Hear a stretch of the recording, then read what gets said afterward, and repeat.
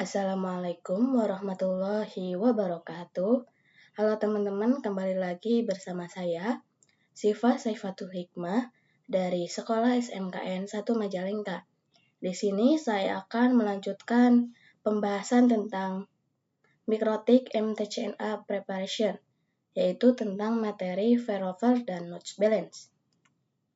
Materinya yang pertama yaitu ada konsep failover dan notes balance. Kemudian ada setting topologi, ada konfigurasi failover, dan ada check gateway pada failover, dan ada trace route, kemudian ada studi kasusnya ya teman-teman. Nah, langsung saja. Yang pertama yaitu konsep, yaitu ketika company memiliki dua arah jalur ke internet, atau gampangnya memiliki jalur internet dengan menggunakan dua jalur ISP, yaitu failover, satu aktif dan satu backup. Kemudian load balance yaitu dua aktif secara bersamaan ya teman-teman. Kemudian failover dan load balance, yang dimana pada kedua kasus ini yang biasa dijelaskan pada vendor Mikrotik. Untuk kedua konsep ini sebenarnya deskripsinya tidak jauh berbeda ya teman-teman. Jadi mari kita ulas bersama-sama di sini. Untuk konsep failover dan juga load balance, yaitu deskripsinya sama-sama metode yang digunakan ketika kita memiliki dua jalur ke internet. Jadi kalau misal kita gambarkan pada topologi yang tersedia, pada saat ini terdapat satu router yang memiliki dua jalur ke internet, satu ke ISP yang pertama dan yang kedua ke ISP yang kedua. Seperti itu, artinya garis semua perangkat layar ini yang terhubung ke router, kita maka memiliki dua jalur ke internet. Bisa menggunakan ISP yang pertama ataupun ISP yang kedua ya teman-teman. Nah, kalau misalkan kita sudah memiliki dua jalur internet seperti ini, maka akan ada konsep yang bisa kita terapkan yaitu failover dan juga load balance. Nah, kita coba bahas keduanya secara terperinci, teman-teman. Terkait failover nanti gambarannya ada satu ISP yang aktif dan satunya disable. Maksudnya disable ini tidak aktif tapi dia menjadi backup teman-teman ya. Jadi dari semua klien akan dilewatkan pada satu ISP saja. Nah, kalau ISP yang pertama ini down, jadi maka nanti ISP yang kedua ini akan aktif sebagai backupnya. Itu terkait deskripsi dari failover. Yang teman-teman kalau misalkan itu seperti apa, adapun load balance, nantinya ada dua ISP tersebut akan aktif.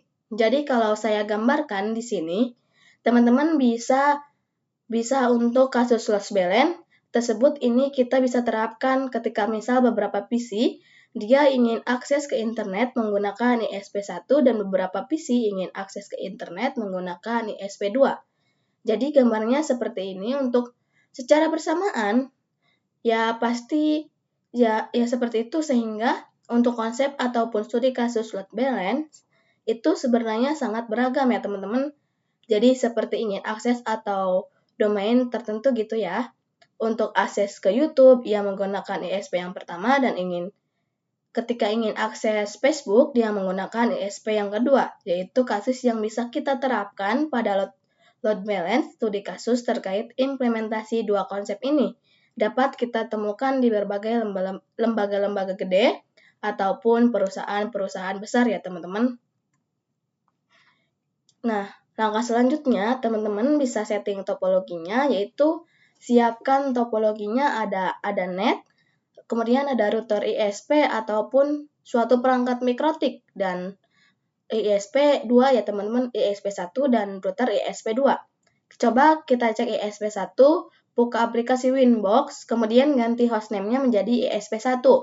Kemudian teman-teman buka menu sistem, lalu ke identity dan ubah namanya menjadi ESP1. Kemudian apply lalu oke ya teman-teman. Lakukan hal yang sama pada ISP2 untuk mengganti namanya. Kemudian, kalian hapuskan terlebih dahulu atau putuskan perangkat kabel yang terhubung dari ESP1 dan ISP2. Untuk yang ESP1 memiliki IP address 10.0.137.148. Nah, kemudian kalian bisa cek pada ISP2, koneksikan terlebih dahulu pada netnya ya teman-teman. Yang pertama, pergi pada terminal ISP2. Yang kedua, untuk loginnya menggunakan admin. Yang ketiga, passwordnya kosongkan saja. Kemudian ketik N, lalu klik CTRL plus C. Kemudian ketik IP address print, nanti akan ada IP address-nya dan IP gateway-nya sendiri ya teman-teman. Yang keenam, kemudian kalian bisa kasih note-nya agar tidak lupa pada IP address-nya. Yang ketujuh, lalu masukkan ke menu Winbox. Nah, nantinya bakal seperti ini ya teman-teman. Nah, setelah teman-teman berhasil, kemudian coba tambahkan router mikrotik lagi yang bertindak sebagai customer. Nanti goals-nya mikrotik tersebut bertindak sebagai customer. Ini memiliki dua jalur ke internet, bisa menggunakan ISP1 ataupun ISP2. Lalu router mikrotiknya dihubungkan ke ISP1 dan ISP2. Kemudian nyalakan SIM mikrotiknya. Setelah itu kita coba cek router customer-nya memiliki IP address berapa. Pastikan router customer ini bisa terhubung ke ISP1 dan ISP2. Nah, ini dia sebagai router customer-nya ya teman-teman. Yang pertama masuk ke Winbox mikrotik customer. Yang kedua, login menggunakan admin. Yang ketiga, passwordnya kosongkan saja. Yang keempat, ketik N, lalu CTRL plus C. Kemudian yang kelima, ketik IP address print ya teman-teman. Nih, kalau misalkan masih kosong, berarti langkah selanjutnya yang bisa dilakukan yaitu men-setting IP address pada Ether 2 pada ISP1 dan ISP2 yang berfungsi sebagai gateway untuk router mikrotik. Kemudian teman-teman setting pada Winbox ISP1. Buka Winbox yang sudah terhubung pada ISP1. Yang kedua, lalu ke ISP, cari yang namanya addresses. Yang ketiga, kemudian pilih Ether 2, lalu IP-nya tuliskan misal 192.168.1.1/24. Bebas ya teman-teman, IP-nya mau berapa aja. Kemudian apply lalu oke, lakukan hal yang sama pada ISP2 setelah berhasil setting Ether 2 dari ISP1 dan ISP2. Langkah selanjutnya setting pada router mikrotik yang menjadi customer ya teman-teman. Halnya sama caranya ya. Kemudian failover. Nah, ada konsep yaitu terdapat dua line akses internet menuju ISP dengan kriteria satu aktif dan satu backup. Yang aktif hanya satu. Jika ingin berpindah menggunakan jalur internet satunya, bisa dimainkan parameter distance. Jika mainline down, maka jalur internet akan dialihkan menggunakan line backup, parameter check gateway distance, atau menggunakan switch. Kemudian ada studi kasusnya yaitu konfigurasi sederhana, mengubah parameter distance, dan ada check gateway, ARP atau ACMP. Failover. Nah, failover ini yaitu ketika kita memiliki suatu router yang bertindak sebagai customer, kemudian root tersebut memiliki dua jalur ke internet, yaitu yang pertama menggunakan ISP1 dan yang kedua menggunakan ISP2. Dan untuk failover itu mendeskripsikan hanya satu link ataupun hanya satu jalur yang digunakan. Yang kalau failover itu bisa dideskripsikan entah dia akan menggunakan ISP1 ataupun sudah dia akan menggunakan ISP2. Bahkan dia menggunakan ISP1, maka jalur yang di ISP2 ini akan menjadi backup. Sehingga ketika ISP1 ini, maka ISP2 akan menjadi lebih pahamnya. Begitu sebaliknya. Di sini, yang aktif adalah ISP1 dan coba aktifkan yang mengarah ke ISP2.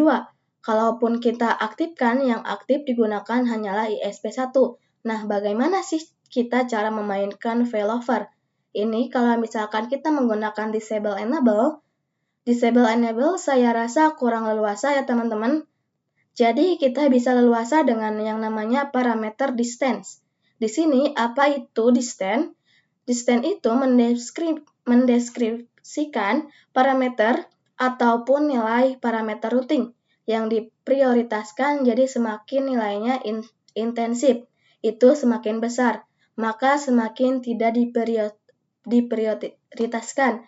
Jadi saya coba gambarkan, di sini katakanlah saya ingin menggunakan ISP2.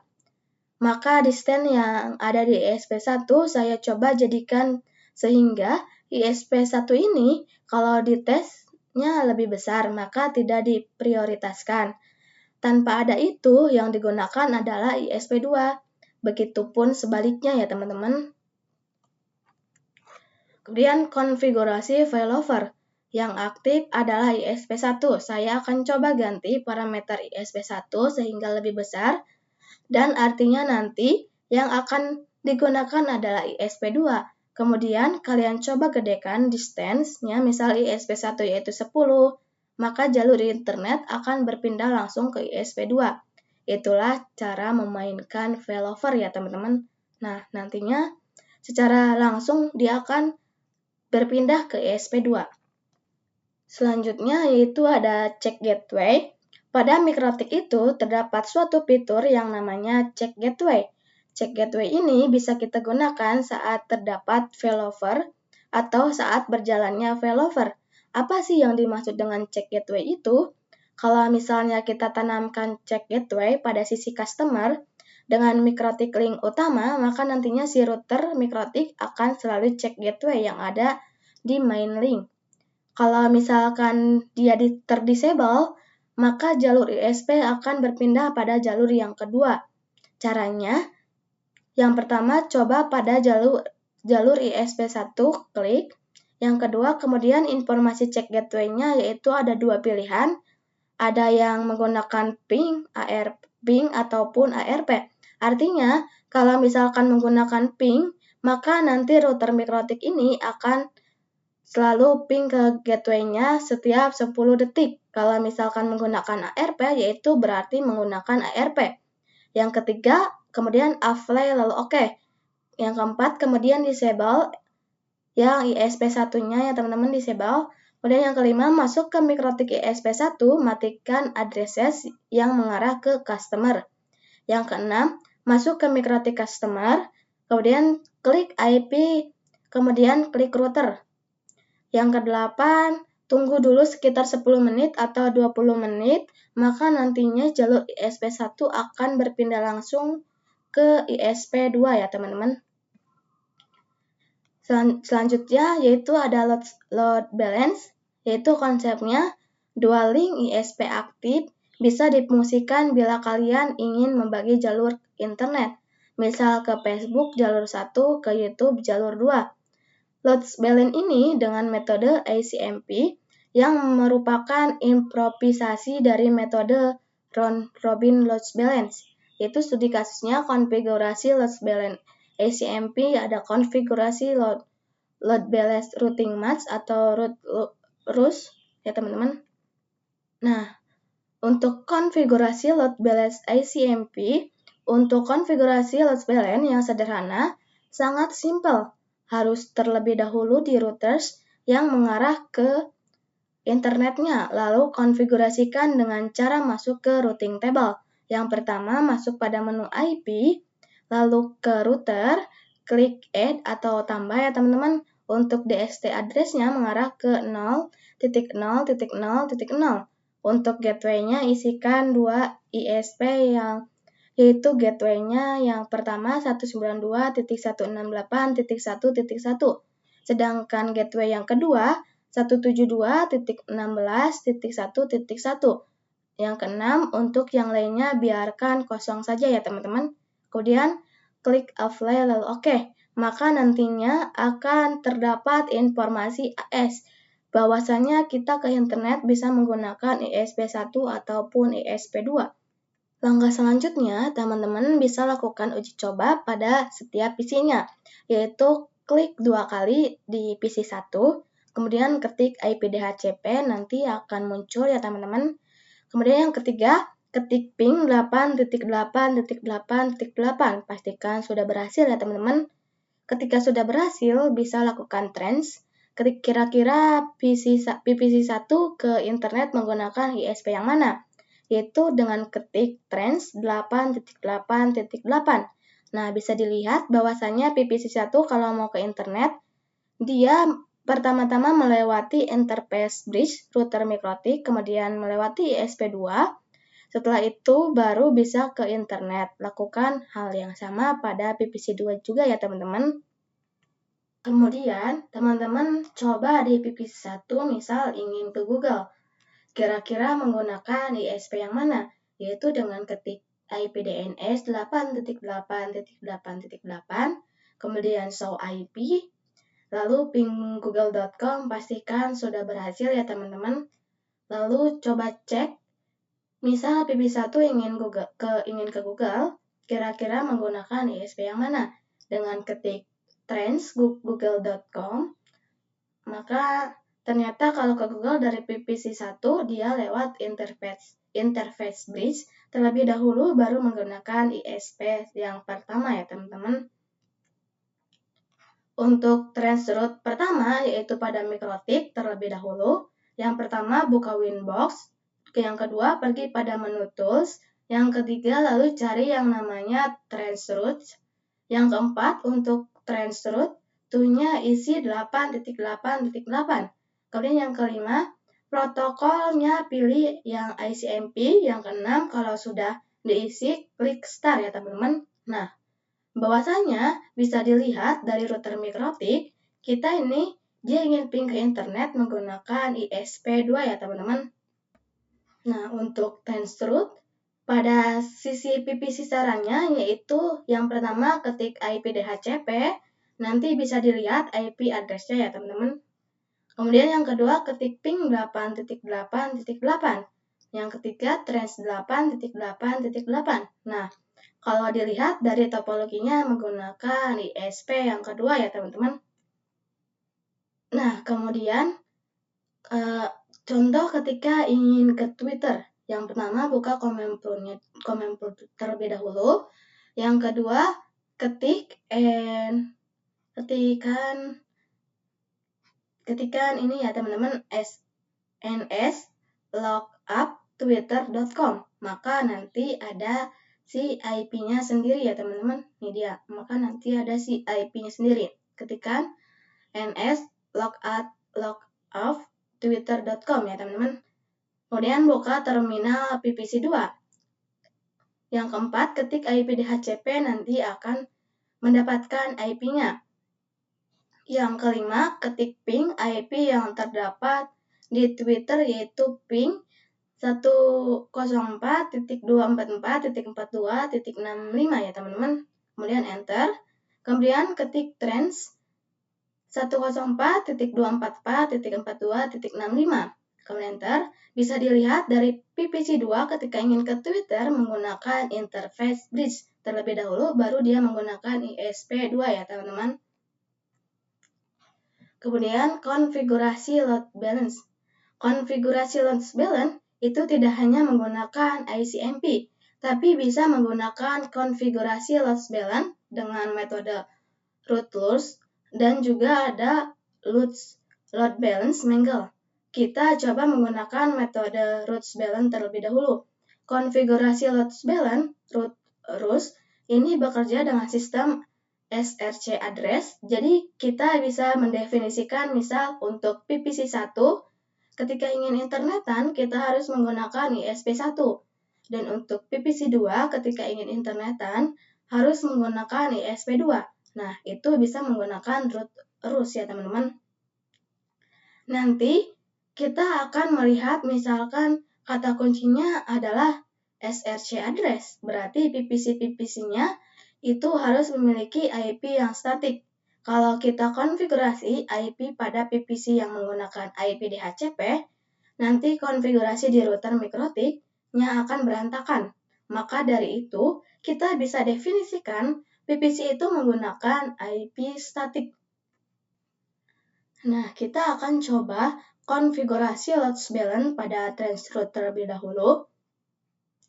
Dengan rules bisa mendefinisikan untuk PPC1 ingin internetan, harus menggunakan ISP1, dan juga ketika PPC2 ingin internetan harus menggunakan ISP2. Berarti setting root rules-nya pada sisi MikroTik customer terlebih dahulu. Yang ini ya teman-teman. Yang pertama, buka aplikasi Winbox. Yang kedua, masuk pada menu IP roots-nya. Yang ketiga, lalu klik pada bagian menu rules. Yang keempat, klik add.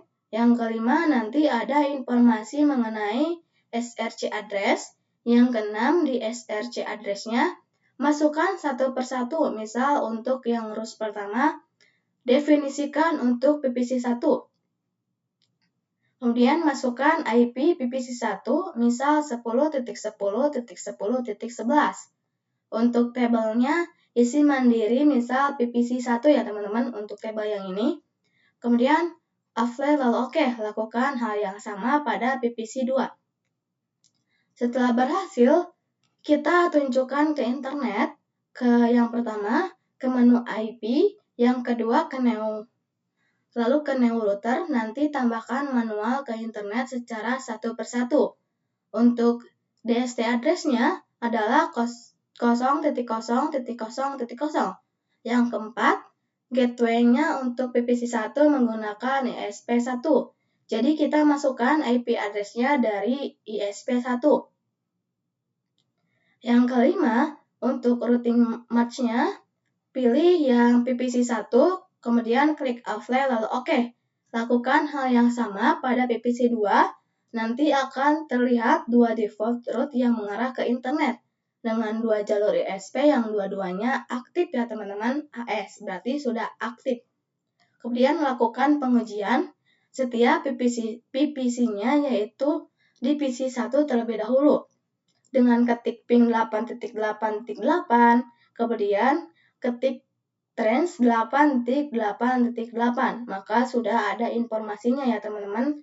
Kemudian lakukan hal yang sama juga pada PPC2.